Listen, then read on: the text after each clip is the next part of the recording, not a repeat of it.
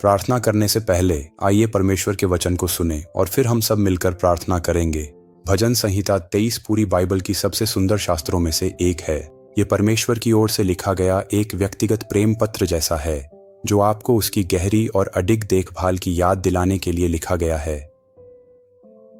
जब दाऊद कहता है, यहोवा मेरा चरवाहा है, तो वह केवल एक भूमिका का वर्णन नहीं कर रहा, बल्कि एक संबंध को दर्शा रहा है। एक चरवाहे का हृदय कोमलता से भरा होता है, हमेशा सतर्क, हमेशा सुरक्षा देने वाला।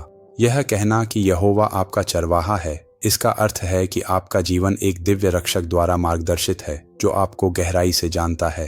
वह केवल आपकी देखरेख ही नहीं कर रहा है, वह आपके जीवन के हर छोटे बड़े पहलू में सक्रिय रूप से शामिल है, आपकी सुरक्षा और भलाई सुनिश्चित करता है। और जब दाऊद घोषणा करता है, मुझे किसी बात की घटी न होगी, तो यह एक अद्भुत वादा है कि जब परमेश्वर आपका चरवाहा है, तो आपको किसी भी ऐसी चीज की कमी नहीं होगी जो वास्तव में आपके लिए अच्छी है। वह ठीक ठीक जानता है कि आपको क्या चाहिए, और वह अपनी असीम बुद्धि और प्रेम के अनुसार सही समय पर सही तरीके से आपको वह प्रदान करेगा।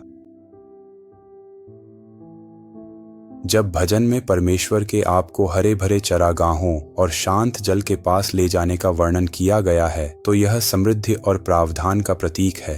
एक ऐसी जगह जहां आप निडर होकर उसकी आशीषों का आनंद ले सकते हैं। वहीं शांत जल शांति और स्थिरता का प्रतिनिधित्व करते हैं, एक शांत उपस्थिति जो आपकी बेचैन आत्मा को सुकून देती है। जीवन अक्सर अराजक और भारी लग सकता है, लेकिन आपका चरवाहा जानता है कि आपको पुनर्स्थापन के स्थानों तक कैसे पहुंचाना है।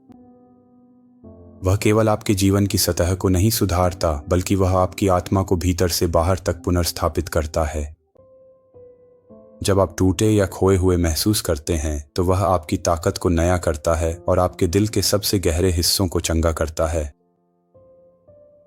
जीवन के सबसे अंधेरे क्षणों में भी जब आप मृत्यु की छाया की घाटी से गुजरते हैं, तब भी आपको डर से घिरने की आवश्यकता नहीं है। यह घाटी केवल शारीरिक मृत्यु का रूपक नहीं है, यह किसी भी कठिनाई, हानि या अनिश्चितता के मौसम का प्रतिनिधित्व करती है। यह याद दिलाता है कि जीवन में चुनौतियां जरूर आएंगी, लेकिन आप कभी अकेले नहीं हैं। ईश्वर स्वयं हर परीक्षा में आपके साथ कदम कदम पर चलते हैं। उनकी छड़ी और लाठी उनके संरक्षण और मार्गदर्शन का प्रतीक है। इसके बाद दाऊद विजय की एक शक्तिशाली छवि प्रस्तुत करते हैं। तू मेरे शत्रुओं के सामने मेरे लिए मेज लगाता है। यह केवल इस बारे में नहीं है कि परमेश्वर आपके लिए प्रबंध करते हैं, यह इस बारे में है कि वह आपके शत्रुओं के सामने आपको खुलेआम आशीर्वाद देते हैं। कल्पना कीजिए कि आप एक भोज में बैठे हैं, पूरी तरह सुरक्षित हैं और परमेश्वर की कृपा से घिरे हुए हैं, जबकि आपके शत्रु कुछ भी कहें या करें, वे आपको छू भी नहीं सकते। वह आपके सिर पर तेल लगाते हैं, जो उनके आशीर्वाद, अभिषेक और चंगाई का प्रतीक है। आपका प्याला उमड़ता है, जो केवल पर्याप्त नहीं बल्कि उससे भी अधिक उनकी ओर से मिलने वाली प्रचुर आनंद, शांति और प्रावधान को दर्शाता है। चुनौतियों की उपस्थिति में भी परमेश्वर के आशीर्वाद प्रचुर हैं और उनकी कृपा निर्विवाद है। भजन का अंत एक ऐसे कथन के साथ होता है जो सांत्वना देने वाला और गहरा है।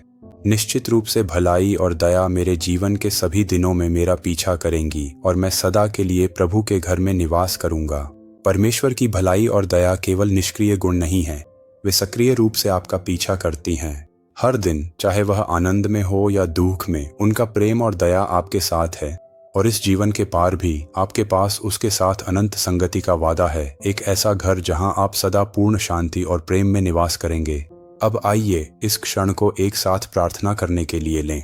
प्रभु यीशु, आप मेरे अच्छे चरवाहे हैं और इससे अधिक सांत्वना देने वाली कोई बात नहीं है कि आप सर्वशक्तिमान, आदि और अंत, मुझे व्यक्तिगत और अंतरंग रूप से संभालते हैं। आप मुझे देखते हैं, आप मुझे जानते हैं और आप मेरी उसी कोमल देखभाल से रक्षा करते हैं जैसे एक चरवाहा अपनी भेड़ों की करता है।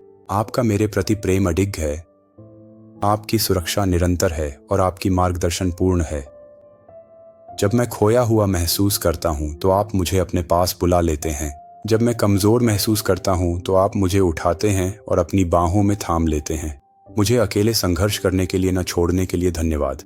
आपकी वजह से मैं हर दिन आशा के साथ सामना कर सकता हूँ, यह जानते हुए कि आप मेरा हृदय नया करेंगे और मुझे शक्ति देंगे। ऐसे क्षण आते हैं प्रभु जब मैं जीवन की लड़ाइयों से थका और चूर महसूस करता हूँ। चाहे वह मेरी जिम्मेदारियों का बोझ हो, निराशाओं का दर्द हो या आगे क्या है इसकी अनिश्चितता हो, मैं खुद को आपकी उपस्थिति की लालसा करते हुए पाता हूँ ताकि आप मुझे ताजगी और नयापन दें।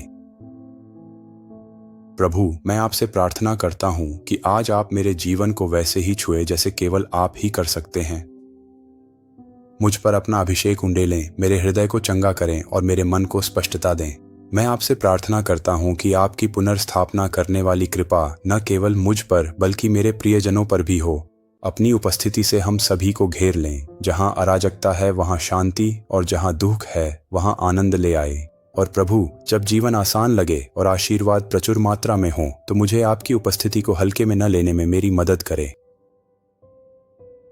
मुझे अपने निकट बनाए रखें हे पवित्र आत्मा। जब सब कुछ अच्छा चल रहा हो तो मुझे घमंड या आत्मनिर्भरता से बचाए। मुझे यह याद दिलाते रहें अच्छे समय में भी कि मैं आपके बिना कुछ भी नहीं हूँ, और जैसे मुझे अभाव के समय आपकी आवश्यकता होती है वैसे ही समृद्धि के समय भी आपकी उतनी ही आवश्यकता है। मेरा हृदय विनम्र बनाए रखें और मेरी दृष्टि सदा आप पर केंद्रित रहे। प्रभु, मैं उन लोगों के लिए भी प्रार्थना करता हूं जो इस समय संघर्ष कर रहे हैं, जो शारीरिक पीड़ा, भावनात्मक घावों या जीवन की चुनौतियों के बोझ से दबे हुए हैं। जो व्यक्ति खुद को पूरी तरह असहाय महसूस कर रहा है उसके लिए मैं आपकी हस्तक्षेप की प्रार्थना करता हूं। प्रभु, उन तक पहुंचें और उन्हें निराशा की कगार से वापस खींच लें। उनकी शक्ति को नया करें, उनकी आशा को पुनर्स्थापित करें और आपके प्रति उनका प्रेम फिर से प्रज्वलित करें। उन्हें अपनी उपस्थिति का अनुभव कराए जिससे उन्हें सांत्वना और यह आश्वासन मिले कि वे अकेले नहीं हैं। प्रभु, उन्हें यह याद दिलाए कि आप उनके भी चरवाहे हैं। आप उनकी उतनी ही देखभाल और ध्यान रखते हैं जितना आप मेरी करते हैं। आप उनकी परेशानियों को देखते हैं और उनके उद्धार के लिए आपके पास एक योजना है। उनके दिलों में शांति का वचन बोलें और उन्हें याद दिलाए कि आपके लिए कोई भी परिस्थिति बहुत कठिन नहीं है। आप चमत्कारों के परमेश्वर हैं और मुझे विश्वास है कि जैसे आपने मेरे लिए बार बार रास्ता बनाया है वैसे ही आप उनके लिए भी रास्ता बनाएंगे। प्रभु यीशु, मेरे अच्छे चरवाहे के रूप में मैं अपने जीवन के हर पहलू को आपके भरोसे छोड़ता हूँ। आप मुझे मुझसे भी बेहतर जानते हैं। आप मेरी ज़रूरतों, मेरी इच्छाओं और यहाँ तक कि उन बातों को भी समझते हैं जिन्हें मैं शब्दों में नहीं कह सकता। कभी कभी मुझे खुद नहीं पता कि मेरे लिए क्या अच्छा है, लेकिन आपको पता है। इसीलिए मैं पूरी तरह आप पर निर्भर हूँ। आपकी देखभाल में मुझे अपनी आत्मा के लिए विश्राम और अपने मन के लिए शांति मिलती है। आप मेरे डर और बोझ को ले लेते हैं और उनकी जगह अपना प्रेम और आश्वासन देते हैं। जब मैं दुश्मनों या शत्रु के हमलों का सामना करता हूं तो मुझे अकेले लड़ने की जरूरत नहीं है, क्योंकि आप मेरे और खतरे के बीच खड़े रहते हैं। आप मेरी रक्षा करते हैं, मुझे सुरक्षित रखते हैं और हर परीक्षा में मेरा मार्गदर्शन करते हैं। प्रभु, मैं आपके उस तरीके के लिए बहुत आभारी हूं जिससे आप मेरे लिए लड़ते हैं। यहाँ तक कि जब मैं सबसे अंधेरे घाटियों से गुजरता हूँ तब भी मुझे पता है कि मैं अकेला नहीं हूँ। वे घाटियां मेरी अंतिम मंजिल नहीं हैं, वे केवल अस्थायी मौसम हैं और आप हर एक में मेरे साथ चलते हैं। आपकी उपस्थिति मुझे आगे बढ़ने का साहस देती है, अपने डर का सामना करने की ताकत देती है और मुझ में शांति भरती है कि मैं आप में विश्राम कर सकूं, भले ही आगे का रास्ता अस्पष्ट क्यों न लगे। मुझे डरने की जरूरत नहीं है, क्योंकि आप हमेशा मेरे साथ हैं। आपके बच्चे के रूप में जो आत्मविश्वास मुझे है वह इस बात से आता है कि आप मेरे चरवाहे हैं और मुझे किसी चीज की कमी नहीं है। आपको ठीक ठीक पता है कि मुझे क्या चाहिए और कब चाहिए। आप मुझे सही लोगों तक पहुंचाते हैं, उन लोगों तक जो मुझे प्रोत्साहित और अपलिफ्ट करते हैं। आप मुझे उन लोगों से भी बचाते हैं जो मुझे नुकसान पहुंचा सकते हैं या मुझे भटका सकते हैं। आप मुझे सुरक्षित स्थानों की ओर ले जाते हैं जहां कोई हानि या खतरा नहीं होता। प्रभु, आपकी बुद्धि पूर्ण है और मैं आप पर भरोसा करता हूं कि आप मुझे वहां ले जाएंगे जहां मुझे जाना चाहिए। मुझे सब कुछ खुद से समझने की जरूरत नहीं है, क्योंकि आप वह परमेश्वर हैं जो आरंभ से अंत तक सब कुछ देखते हैं। आप मेरे पालनहार, मेरे रक्षक और मेरे मार्गदर्शक हैं। आपकी वजह से मैं निश्चिंत होकर विश्राम कर सकता हूँ, यह जानते हुए कि मैं हमेशा आपकी देखभाल में हूँ। धन्यवाद प्रभु कि आप मेरे शरण स्थल और मेरी शक्ति हैं। आपका वचन कहता है कि आप मेरे सिर पर तेल से अभिषेक करते हैं और मेरा प्याला उमड़ता है। मैं आपको धन्यवाद देता हूँ प्रभु कि आपने मेरे जीवन में भरपूर प्रावधान किया है।